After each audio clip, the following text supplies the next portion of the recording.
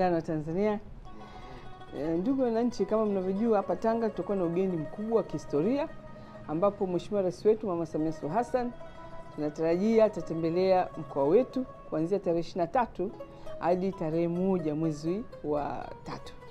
Kwa hivyo kazi kubwa aliyofanya Wizara ya Maji chini ya uongozi mahiri wa kijana wetu Mheshimiwa Juma Hamidu Aweso na wenzake katika timu ya maji wametusaidia kazi kubwa sana ya kubuni miradi, lakini kuhakikisha kusimamia miradi mikubwa ya kimkakati.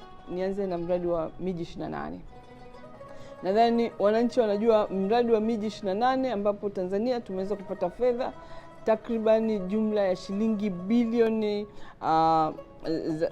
za Kimarekani 81, na utakwenda sasa kuhakikisha maji yanaweza kupatikana kwa maana ya kujenga kwanza kidakio pale Korogwe, lakini vile vile tunakwenda kujenga chujio, na kazi hii imeshaanza na katika kijiji cha Tabora pale pale Korogwe, na matanki makubwa ya kihistoria ambapo mabomba yanayolazwa ni takribani kilomita 140.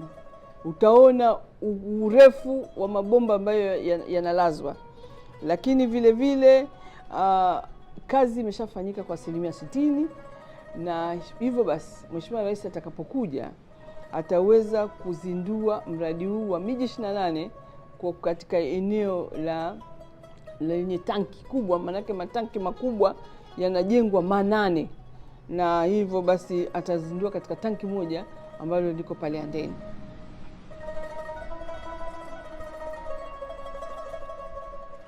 Mradi huu kwa ambao ni package 1 kwenye miradi ya miji 28 unatekelezwa na mkandarasi J-Wheel Company Limited kutoka nchini India na kusimamiwa na kampuni ya Wapcos ambayo pia imetoka nchini India, na utaenda kunufaisha wananchi zaidi ya 600,000 kwenye maeneo ya miji ya Korogwe, Handeni, Muheza na Pangani pamoja na vijiji vilivyoko kilomita 12 kutoka eneo la bomba kuu linakopita.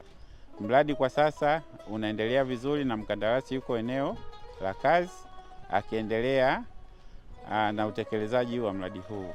Kwa ujumla tunamshukuru sana Mheshimiwa Rais wa Jamhuri ya Muungano wa Tanzania Mama Samia Suluhu Hassan kwa kuhakikisha mradi huu unaendelea kutekelezwa na kwenda kunufaisha wananchi, ambapo inaenda kutimiza ile azma yake ya kumtua mama ndoo kichwani.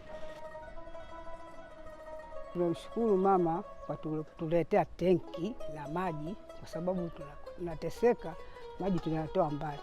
Sasa hivi ametuwekea mradi huu, ukimalizika tutakuwa na raha. Halafu tunampigia shukurani mwanamke mwenzetu